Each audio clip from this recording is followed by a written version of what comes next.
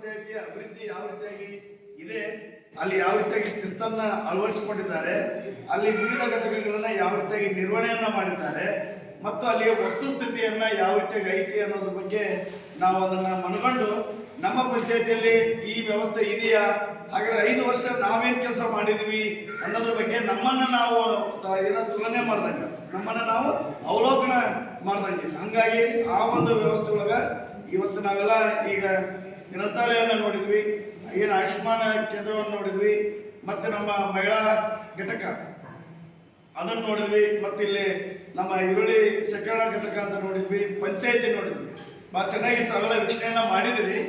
ಆ ವಿಷಯ ತಕ್ಕಂಗೆ ಚರ್ಚಾಕೂಟವಾಗಿ ನಿಮ್ಮ ಮಾತುಗಳನ್ನು ಬರಲಿ, ಚರ್ಚಾಕೂಟವಾಗಿ ಮಾತನಾಡೋಣ. ಮತ್ತು ಈ ವಿಷಯನ ಭಾಳ ನಿಮ್ಗೆ ಏನಂದ್ರೆ ಮನವರಿಕೆ ಆಗಬೇಕು. ಹೌದು, ನಮ್ಮದು ಗ್ರಾಮ ಪಂಚಾಯತ್ ಇದೆ, ಇಲ್ಲಿ ಗ್ರಾಮ ಪಂಚಾಯತ್ ಇದೆ, ಇಲ್ಲಿ ಅಭಿವೃದ್ಧಿ ಕಾರ್ಯ ಆಗಿದೆ, ನಮ್ಮ ಗ್ರಾಮ ಪಂಚಾಯತ್ ಅಭಿವೃದ್ಧಿ ಆಗಿಲ್ಲ.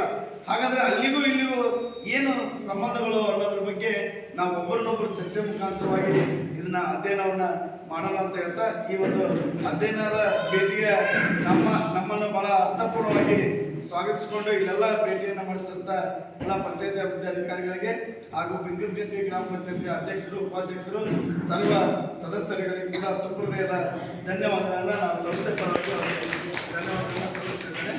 ಈಗ ಮೇಡಮ್ ಅವರು ಇದು